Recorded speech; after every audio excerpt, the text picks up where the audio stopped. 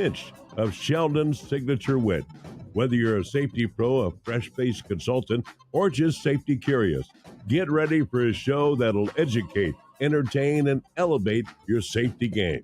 Let's dive into the art of consulting with your safety Sherpa himself, Sheldon Primus. This episode is powered by Safety FM. All right. Got my test done, so I was able to see what you guys could see, what you guys could hear. So now that I know that it's working, you can actually hear me, you can see me. Figured might as well go ahead and do the show that I was going to do. So here I am. It's been a while since you guys have seen this face and heard this voice in this format. Normally you hear me in the podcast format, but ta-da, here I am. And so I'm going to just truly start using the live streaming, and I'll put it up on my live stream page where you could get a good understanding of where I am as far as when I'll be doing a live stream. So what that would look like is go to sheldonprimus.com/live stream, and that's going to give you a good idea of when I do the live stream scheduling. Just checking to see why is that thing just not working there. I'm going to eventually just go ahead and lose the green screen, but there you go. That's me adjusting it right there. Boom. Get that adjustment. So it is that time of year again, time for OSHA record keeping.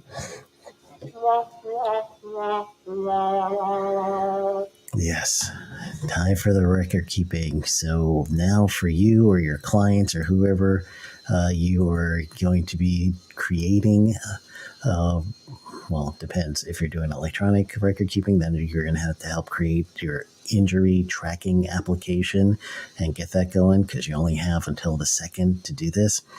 So if you're the person doing that for a client or for yourself, got to get to it. Chop, chop. It is about that time, right? So it is right now very active. OSHA is very active getting in this information so that they can do their the primary purpose of this record keeping is going to be for two things, actually. I shouldn't say primary, two things. First, it's going to be where OSHA is going to use this information, and this is going to help them be able to figure out who needs more regulation versus another industry. So that's what the record keeping can help them do. But then also they're going to take what's a lagging indicator and turn it into a leading indicator. So the lagging indicator is the record keeping for injury and illness because the event happened. So then you got to put it in your record, right in your log. The leading indicator that it could end up being is trending. So from the NAICS codes that are going to be tracked with what OSHA has, then they'll be able to truly see with the NAICS codes where are the individuals company-wise that are going to end up having more and more injury and illnesses. They'll see that trend, and then they'll start emphasis programs. So that's the idea. So yes, OSHA's going to get that information from injury and illness recording, but eventually that lagging indicator will be a leading indicator of safety and health. Still not like a complete fan of, all the changes, but it's a lot better than what we had. So kind of, at least aware of what to tell my clients and how to help them out. So if you're looking at this live, it is a live show. So if you do feel like you want to send me a message in whatever venue you're looking at me at, you could actually type into a chat box. It's going to come right back to me, and I'll be able to answer your question. I've got that up here too. But first, I just want to give you a little bit of an overview of the 1904 standard.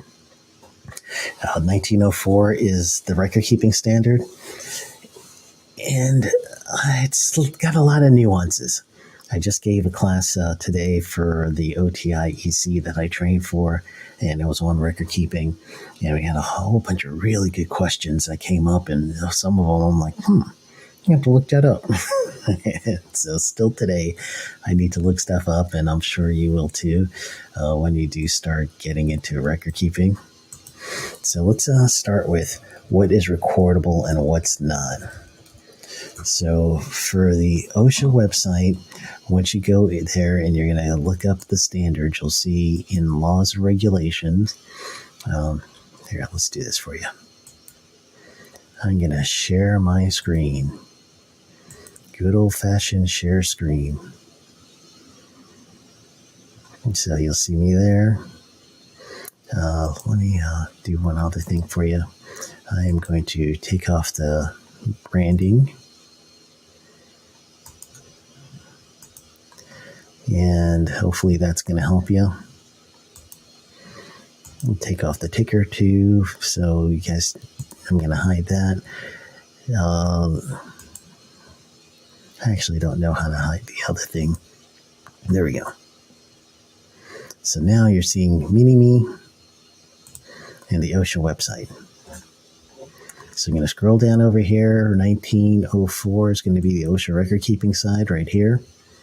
As soon as you get over here, you're going to want to go into first a scope. And this is the view that I'm going to show you guys. Okay. So over here, if you're 10 or fewer employees at your peak employment time period, you have a size exemption. Partially exempt establishments are going to be those that are going to be listed in this Appendix A in this subpart B. So any of these people listed here, they are going to be exempt from OSHA record keeping regardless of size. And that's honestly because their days away restricted transfer rates are so low that OSHA says, all right, we don't have to keep up with them as much. We'll just do some surveys from time to time just to make sure that they're still okay. So that's usually what you're going to end up seeing. So partially exempt means also that if there's an injury or illness that meets the criteria for anything that is going to be a hospitalization, a loss of an eye, or an amputation, you still have to report that, or a fatality, you still need to report that. So that's why it's partially exempt. And then if there is an agency such as BLS, Bureau of Labor Statistics, or OSHA, that asks for your records for a year, you got to supply that for them too. So that's part of it. So that's your scope for B. The record keeping criteria is going to be anything that is going to be beyond first aid. And it is an action that made a person sick or injured while they're doing something within their time frame of their work, and then also doing things in the interest of the employer. Now, that's one of those key terms, the interest of the employer. You'll see that one quite a bit.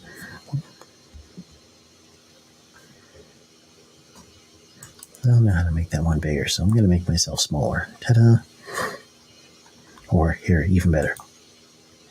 I'm gone. So over here, next thing is kind of a whole bunch of listing of how to do general criteria. If you had needle sticks, sharp, whatever, subpart C is going to be your guideline to that. Don't have a whole bunch of time to throw in subpart C for you, but this is going to give you the idea of what is recordable and what's not. You scroll down here in D, and then you're going to have other special requirements, even showing you the covered employees and making sure that the employees are going to have a way to report injuries and illnesses. But the 300A summary log that's up right now, one of the things that you're posting, and it came from February 1st and is going to end in, just wait till May 1st. Yeah, I know April 30th is the deadline, but just wait a little bit longer. Wait until May 1st. And once you get to that point, then now go ahead and take down the summary log. So let's talk about a couple of compliance things. One of the things is for certification of the annual summary, you need to be a company executive in order to certify this. So being a company executive, you're a person who is going to be responsible to say, I understand that there's an injury and illness or injury and illnesses during this time period, and then you sign off in that 300A form. It should not be the safety officer unless you are the highest person in your organization at that establishment. So right over here, you see an owner of the company. Only if the company is a sole proprietorship or partnership officer of the corporation, highest ranking company official working at the establishment, or immediate supervisor of the highest ranking company official at that establishment. So that's going to be important to know so you don't get yourself in hot water. You as the safety officer cannot do that unless you are the highest ranking person in in that office. All right, since this is a short session that I'm going to do, because honestly, I just really wanted you guys to get a little bit of an understanding on record keeping, but more honestly, I'm doing this for me because I really want to make sure that I get this live streaming coming out pretty good. So here's my test, and I'm helping you with some stuff. I'm going to put this in the chat, and let's see if the chat's going to reciprocate, where I could put something in the chat and you could see it too. So let's see if you're going to see this one. This is the OSHA record keeping page. It should populate wherever you're looking at me. So the electronic record keeping is going to be through the injury tracking application, ITA. You want to be in here, set up your company with the username and password and everything that it needs. And there are some low risk industries that are going to be exempt. But you will have to look at another subpart and section to see if you're included in this, and subpart and appendix, excuse me. So subpart E, and it's appendix B. If your industry is 100 or more employees and you're listed in any of these industries over here, you have to submit the electronic record keeping, and you're submitting your 300A, your 300, and your 301 forms. All three of them has to be submitted. That is the new record keeping rule. It's been updated. So you would have to look at this fact sheet over here to see what that update would entail for you. And again, you're up against deadline. So March 2nd is going to be your deadline. You don't want to get to that deadline and have yourself an issue. So I'm helping you out right now to think about it. So criteria number 1, if you have 100 or more employees in a designated high hazardous area in that list that I showed you, you're going to do your 300, your 301s, and then you're ready to do your 300As. So that's in there. All establishment required to submit the 300 log.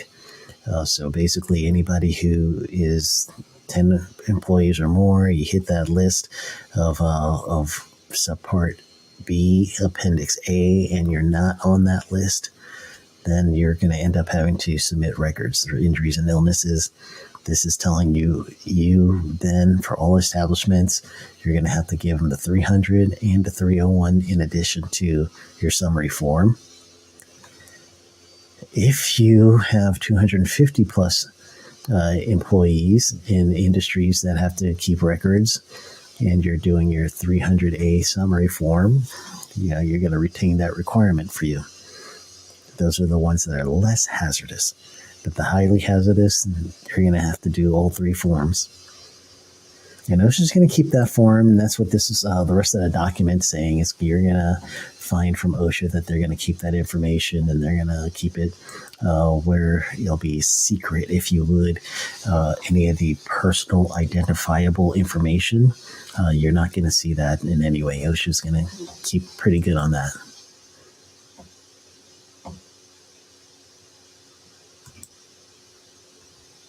All right, just checking my chat. Kind of snuck up on you guys, right? That you didn't even know I was going to be on. So honestly, sheldonprimus.com/ live stream. It's going to show you my live stream schedule right now. I just wanted to make sure that I could get in, start talking to you real quick about this. But honestly, you guys got some information. You're good. I'm good. 15 minutes. That's plenty. All right. Have a wonderful rest of the day. Yeah, go get them.